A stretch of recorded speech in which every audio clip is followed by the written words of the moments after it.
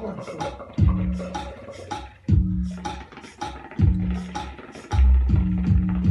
aqui, não tô sumido nem parado, progredindo no silêncio pra não surgir maus olhados. Hoje de verdade eu sei quem são, estão guardados, mas tem uns atrasados que só quer ver minha derrota. Mas ele esquece, quem me protege não dorme. Eu tô na pista e vou fazer por merecer, mostrar pra eles o meu talento raro. Só isso que eu preciso pra poder vencer. Eu vou lutar de cabeça erguida, minha rainha, um dia eu chego lá. Dá pra senhora aquela alegria de ver um filho, um sonho realizar.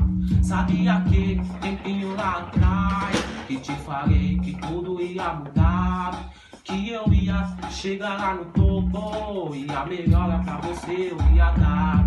Mas se não fosse a senhora com as suas orações eu não ia conseguir. E se não fosse o meu pai a lutar contra as leões eu já ia desistir.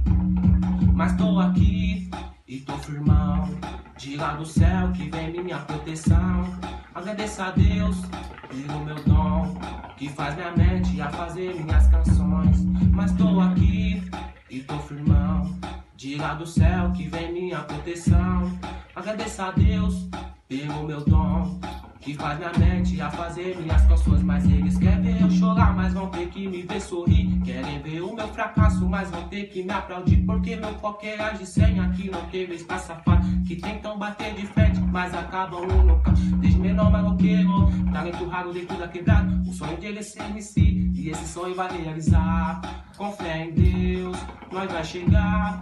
Com fé em Deus, nós vai chegar. E é de quem desacreditar, porque o mundo vai girar. Quem não colava vai ter que colar, quem desprezava vai valorizar. Ao ver os menores subindo a outro patamar, ao ver os menores subindo a outro patamar. Porque quem disse que nós nasceu pra ser pobre, nós já nascemos para conquistar os malotes. Ainda tem uns falsos faladores que sempre desacreditou e hoje o mundão girou. Ainda tem uns falsos faladores que sempre desacreditou e hoje o mundão girou. Aí, quem gostar, compartilha aí, tamo junto.